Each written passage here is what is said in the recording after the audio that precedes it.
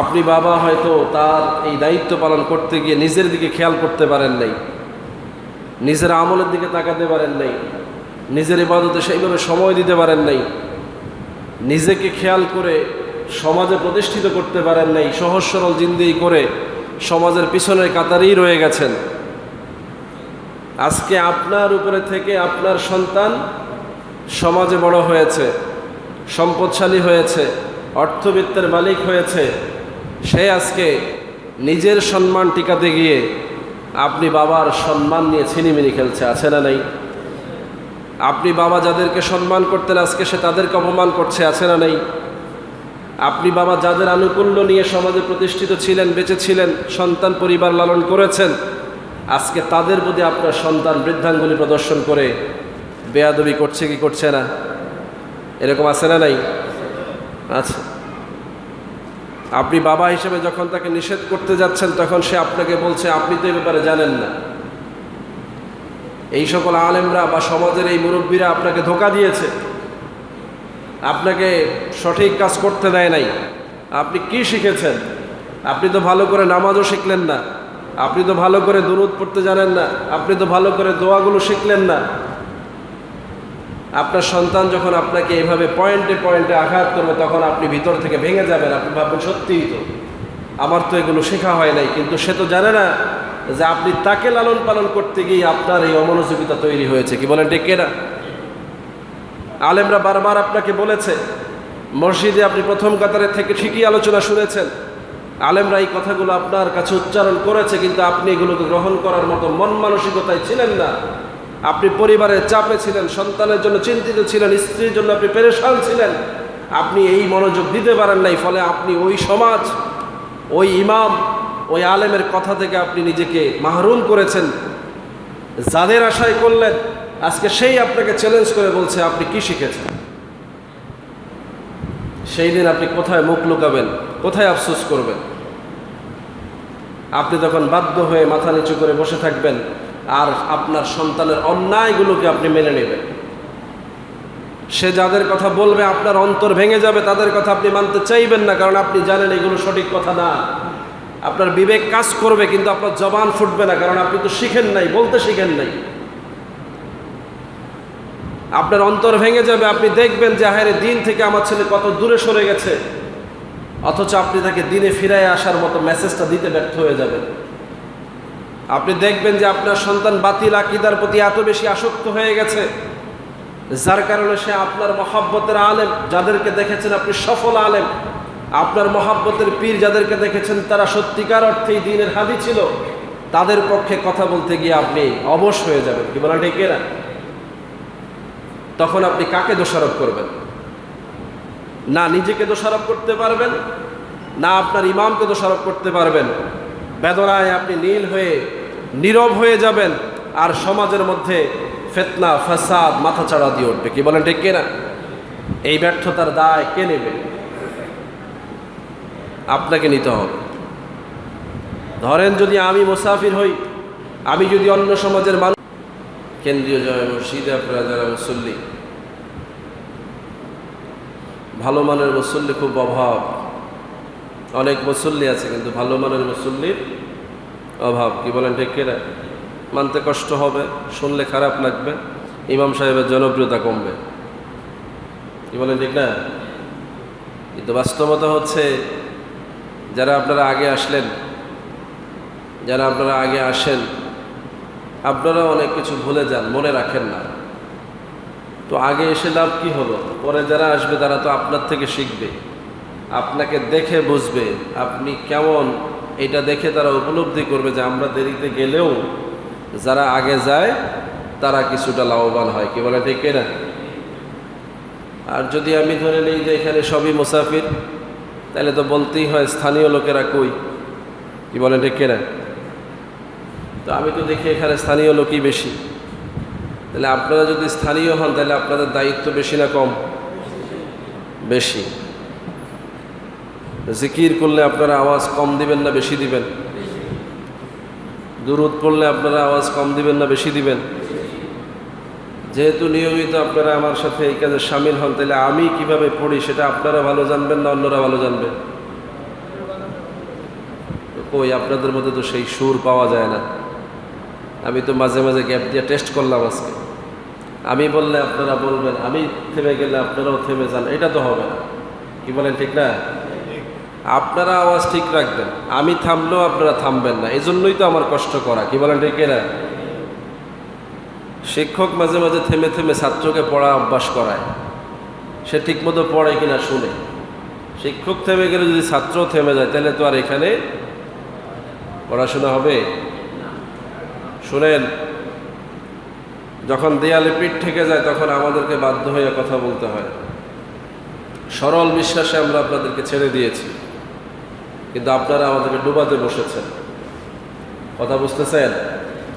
সরল বিশ্বাসে এলাকার মানুষ আপনাদেরকে আমরা ছেড়ে দিচ্ছি, অথবা আমাদের বেখেয়ালে আপনি হারিয়ে যাচ্ছেন। আমরা ভাবছি আপনারা সব কিছু ঠিকভাবে শিখতে পারছেন। বারবার যেহেতু একই কথা বলতেছি, একই জিনিস শেখাচ্ছি, আপনারা এগুলো ভালোভাবে শিখতেছেন, এটাই আমাদের ধারণা। কিন্তু যখন দেখি আপনাদের সন্তানরা আপনাদের মতো চলে না, তারা আপনাদের বিষয়টা বোঝে না, তখন বোঝা যায় যে আপনারা শুধু নিজেরাই শিখেন, সন্তানদেরকে কিছুই শিখান না। কি বলেন, ঠিক না? আশেপাশে যারা আমাদেরকে নিয়ে গর্ব করেন, আপনাদের ইমাম সাহেব, বাগাদি দরবারের হুজুর, বাগাদি মাদ্রাসার হুজুর, এই নিয়ে যাদের একটু ধরেন গর্ব আছে, তারা আমার সম্মান কিভাবে রক্ষা করেন। এই কথাটা আমি যাচাই করি না, কিন্তু আমার এখন যাচাই করা লাগবে। কি বলেন, ঠিক না?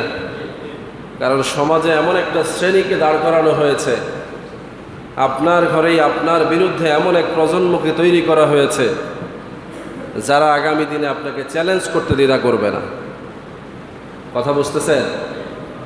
তাহলে এই প্রজন্ম আপনাকে চ্যালেঞ্জ করবে, অথচ আল্লাহ রাব্বুল আলামিন কোরআনের মধ্যে বলছেন, ওয়ালা তাকতুলু আওলাদাকুম খাশিয়াতাল ইমলাক, তোমরা অভাবের কারণে বা দারিদ্রতার ভয়ে সন্তানগুলোকে হত্যা করো না। আপনি গরিব বাবা, অভাবে ছিলেন, কষ্ট করে সন্তানগুলো লালন পালন করে বড় করেছেন, দারিদ্রতার ভয়ে সন্তানগুলোকে হত্যা করেন নাই। সেই সন্তান যদি আজকে আপনার খেয়ে আপনার পরে বড় হয়ে যদি আপনাকেই বরবাদ করতে তৈরি হয়ে যায়, তখন আপনার দুঃখটা কোথায় রাখবেন? কি বলেন, ঠিক কিনা? আল্লাহ রাব্বুল আলামিন কোরআনের মধ্যে বলছেন, ওয়াবিল ওয়ালিদাইনি ইহসানা, সন্তানদেরকে উপলক্ষ করে বলছেন তোমরা তোমাদের মা বাবার উপরে ইহসান করো। এটা কার কথা? কার কথা?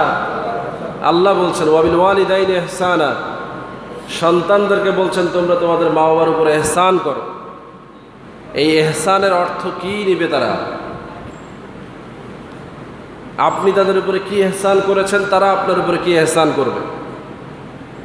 আল্লাহ বলছেন আপনি তাদের উপরে ইহসান করেছেন যে আপনার অভাব, আপনার দারিদ্রতা থাকা সত্ত্বেও আপনি তাকে আতুর ঘরে মেরে ফেলেন নাই, মায়ের রেহেমের মধ্যে তাকে আপনি ভ্রূণ হত্যা করেন নাই, বরং তাকে আপনি লালন পালন করে কষ্ট করে আপনি পৃথিবীর আলো বাসাতে বেঁচে থাকার জন্য সহযোগিতা করেছেন। কি বলেন, ঠিক না?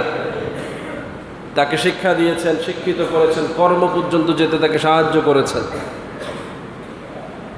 আপনি বাবা হয়তো তার এই দায়িত্ব পালন করতে গিয়ে নিজের দিকে খেয়াল করতে পারেন নাই, নিজের আমলের দিকে তাকাতে পারেন নাই, নিজের ইবাদতে সেইভাবে সময় দিতে পারেন নাই, নিজেকে খেয়াল করে সমাজে প্রতিষ্ঠিত করতে পারেন নাই, সহজ সরল জিন্দেগি করে সমাজের পিছনের কাতারেই রয়ে গেছেন।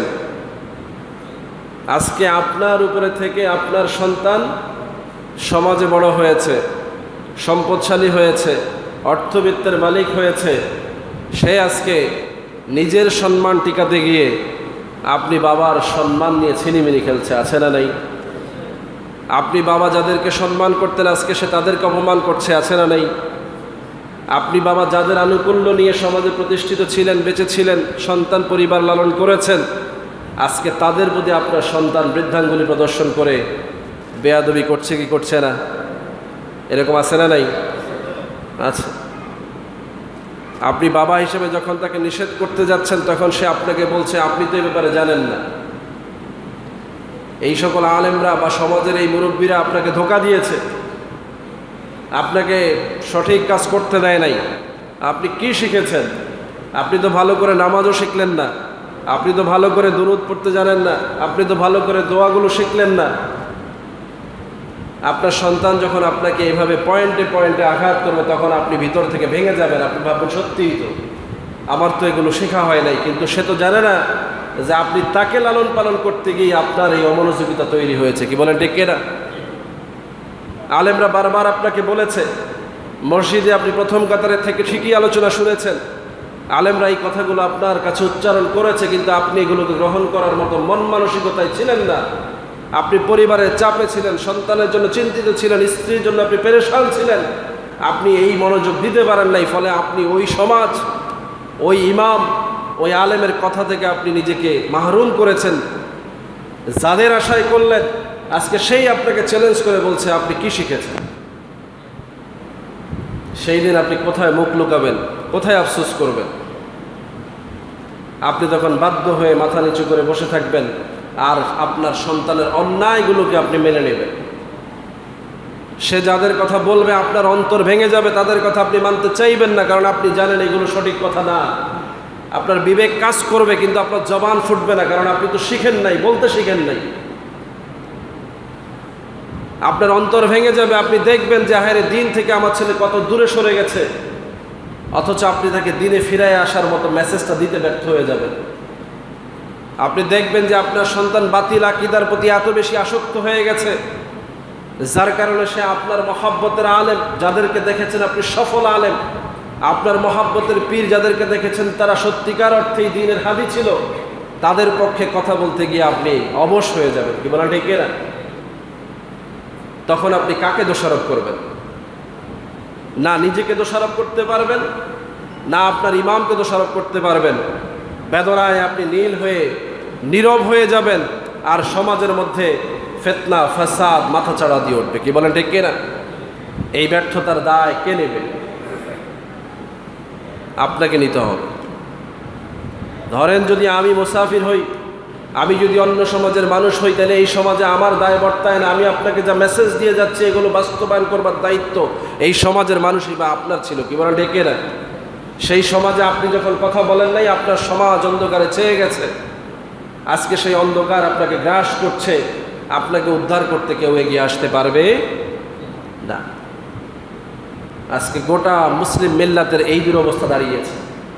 আমাদের সহজ সরল ধর্মপ্রাণ মানুষগুলোকে আমরা যেভাবে বলেছি তারা আমলগুলো সেভাবে করেছে, কিন্তু এই আমলগুলো দলিল যেভাবে বলেছি মনে রাখে নাই, এই আমলগুলো সনদ যেভাবে দিয়েছি মনে রাখে নাই, এই আমলগুলো কোত্থেকে পেয়েছি সেটা যখন বলেছি খেয়াল করে নাই, এই আমলগুলো কোন আয়াতের রেফারেন্স দিয়ে বলেছি খেয়াল করে নাই।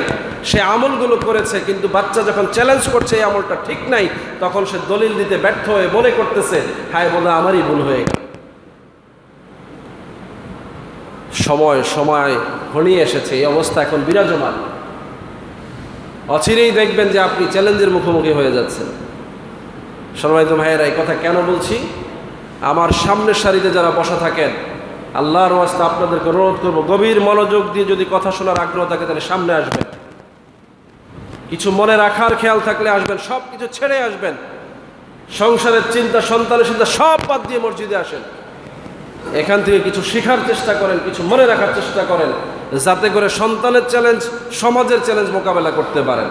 যদি এই দুইটা পারেন তাহলে কবরের চ্যালেঞ্জ মোকাবেলা করতে পারবেন, হাসরের চ্যালেঞ্জ মোকাবেলা করতে পারবেন। নাহলে আপনার ইমান টলমল হয়ে যাবে, আপনি মূল জায়গা থেকে সরে হেদায়েত থেকে বেদাতের পথে চলে যাবেন। কথা বুঝতেছেন? একটা জিনিস আপনাকে সিদ্ধান্ত নিতে হবে, সেটা হচ্ছে আমি যেই পথে হাঁটতেছি এই পথটা ঠিক আছে কিনা, এটা আগেই ভেবে নেন। যদি মনে করেন ভুল পথে হাঁটছেন তাহলে এখনই আপনি রিটার্ন করেন, ভুল পথে যাওয়ার দরকার নেই, সঠিক পথে যান। আর যদি মনে করেন এই সঠিক পথ, তাহলে এই পথটাকে ভালোভাবে আয়ত্ত করেন, যাতে করে এই পথের দিশা আমি আপনার দুইজনকে দিতে পারি, আপনি যাতে এই পথের ঠিকানা আরো দুইজনকে দিতে পারেন। কি বলেন ঠিক কিনা? চোখ বুঝে রাস্তায় হাঁটার সময় এখন আর নাই। ফিতনার যুগ শুরু হয়ে গেছে, শেষ জামানা শুরু হয়ে গেছে, ধর্মের মধ্যে বিভেদ শুরু হয়ে গেছে, আলেমদের সম্মান নিয়ে টানা হেঁচড়া হচ্ছে, আস্থার জায়গাগুলোকে নষ্ট করে দেওয়া হচ্ছে। এই সময় আপনাকে আপনার জায়গা রক্ষা করতে হবে। কি বলেন ঠিক কিনা? আপনি কাঁদবেন, আপনাকে হাত ধরে টেনে বের করে নিয়ে হেদায়েতের রাস্তায় তুলে দেবে, এরকম আলেম খুঁজে পাবেন না। আলেমের অভাব হবে না, কিন্তু সত্যিকার হেদায়েতের হাদি খুঁজে পাবেন না। আজকে দেশব্যাপী আমরা এটা ফিল করছি, অসংখ্য আলেম ওলামা কথার জবাব দিচ্ছেন, তারপরেও কেউ মানছে না। দলিল প্রমাণাদি পেশ করার পরেও অন্য আলেমরা সেগুলো মানতে রাজি নয়, কারণ তার পিছনে সে এত বড় একটা জনগোষ্ঠী তৈরি করে ফেলেছে যে ওই জনগোষ্ঠীর নেতা হিসেবেই সে থাকলে যথেষ্ট, তাকে ইসলামী ঐক্যের মধ্যে আসার দরকার মনে করে না। সে হেদায়েতের পথটাকে বুঝেও এটাকে গ্রহণ করার মতো মতামত গোছাতে চায় না, কারণ তার বাজার বড় হয়ে গেছে। কথা বুঝতেছেন? আর হক্কানি আলেম ওলামা যারা ছিলেন তারা এই বাজারই মিলান নেন। তারা তাদের জায়গাগুলোতে মানুষগুলোকে আমলের পথে তুলে দিয়েছেন, হেদায়েতের পথে তুলে দিয়েছেন, তাদেরকে রাস্তা দেখিয়ে দেখিয়ে জান্নাতের পথ পাওয়ার ব্যবস্থা করে দিয়েছেন। ভবিষ্যতে এই ঘর থেকে কোনো প্রোডাকশন আসবে কিনা, ভবিষ্যতে এই ছেলের থেকে পরবর্তী সন্তান যে আসবে সে তার মুরিদ হবে কিনা, এই চিন্তা করে কেউ আপনাকে দর্শ দেয় নাই। কি বলেন ঠিক না? এটা এক ধরনের ভুল হয়েছে, আপনার আলেমদের ভুল হয় নাই, আপনার ভুল হয়েছে। আপনি আপনার পরিবার রক্ষা করার দায়িত্ব, আপনি যে পথে হাঁটছেন সেই পথে আপনার সন্তানকে নিয়ে আসা আপনার দায়িত্ব। আলেম আপনাকে বলে নাই যে আপনার সন্তানকে আপনি এই পথে আনবেন না, এটা বলে নাই। আপনাকে যেই পথটা ভালো বুঝিয়েছে, আপনি যেহেতু এটা ভালো বুঝেছেন, আপনার উচিত হচ্ছে এই ভালো পথে আপনার সন্তানকে নিয়ে আসা। কি বলেন ঠিক না? তো আপনার সন্তানকে আপনি ডাকবেন, আপনাকেও তো কিছু যোগ্যতা অর্জন করতে হবে। সম্মানিত ভাইয়েরা,